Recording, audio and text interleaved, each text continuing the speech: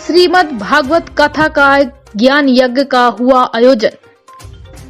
बरखेड़ा स्थित दशहरा मैदान में श्रीमद् भागवत कथा का आयोजन किया गया है।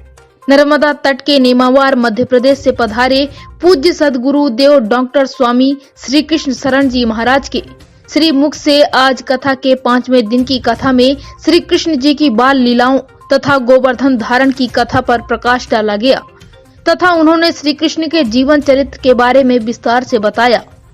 उन्होंने कहा कि श्री कृष्ण का जीवन अत्यंत जटिल रहा, लेकिन उनके द्वारा की गई समस्त लीलाएं मर्यादित थीं। चाहे माखन चोरी हो, गोपियों संग रास लीला या अन्य लीलाएं, समस्त लीलाएं जीवन मूल्यों को दर्शाती हैं। एक विशेष चर्चा में उन्होंने बताया कि युवा पीढ़ी को अपने सनातन धर्म तथा संस्कार को नहीं भूलना चाहिए। श्रीमद् भागवत कथा एक समुद्र ग्रंथ है, लेकिन बिना गुरु की कृपा के इसका ज्ञान पाना मुश्किल है। इंडिया रिपब्लिक न्यूज के लिए रविंद्र तिवारी की खास रिपोर्ट। आचार्य जी अपना परिचय दीजिएगा। उनको डॉक्टर स्वामी श्री कृष्ण शरण के नाम से जानते हैं। श्री नर्मदा जी में नेमावर नाभिकुंड के निकट बजवाड़ा ग्राम में निर्माणाधीन आश्रम वहीं पर रहते हैं जी। और वहीं रह कर के कुछ धर्म के मूल तत्वों को समाज तक पहुँचें, नई पीढ़ी, नए बच्चे धर्म के रहस्य को जान सकें और धर्म के पथ पर अग्रसर हो सकें। जो केवल फैशन की जो अंधी दौड़ है जी, उसमें जो अपने मूल्यों को लोग भूल चुके हैं, उन मूल्यों का पुनः स्मरण हो सके शिक्षा के माध्यम से। और हमारी अपनी जो पारंपरिक विधाएं हैं, चाहे वो संगीत को लेकर के हों अथवा तो अन्य कलाओं को लेकर के हों, उनका भी पुनर्जीवन हो सके जी।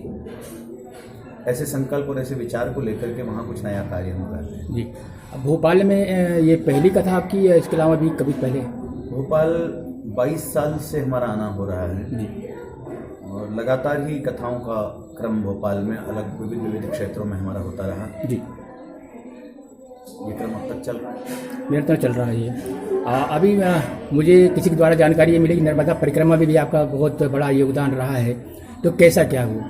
योगदान तो नहीं कहिए, माता जी ने एक अवसर दिया अपने चरणों में रहने का जी। 2016 में हमने परिक्रमा नेमावर से आरंभ की थी जी। 2019 में 3 साल 3 महीना 13 दिन जो शास्त्रीय क्रम है जी, वो पूरा विधिवत 3 चातुर्मास करते हुए वो क्रम वहाँ पर हमको माता जी के चरणों में रहने का और कुछ संतों का सानिध्य पाने का अवसर मिला। कई लोग ऐसा भी कहते हैं समाज में कि भागवत जीवन में एक बार जरूर सुनना चाहिए, ये कहाँ तक परम सत्य है या नहीं?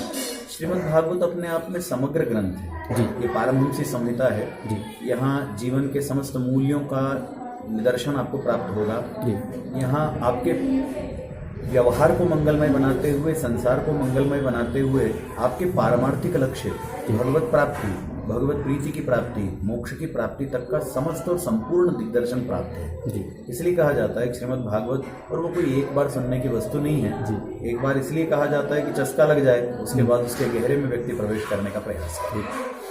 जो सामर्थ्य हो वो अपने स्वयं से सुने यार, नहीं तो जहाँ भागवत हो रही हो वहाँ पे जाकर श्रवण करना चाहिए। ग्रंथों को स्वयं अपनी बुद्धि से उनका रस रहस्य पा पाना ये संभव नहीं है, ये तो महात्माओं के चरणों में बैठ के ही संभव है।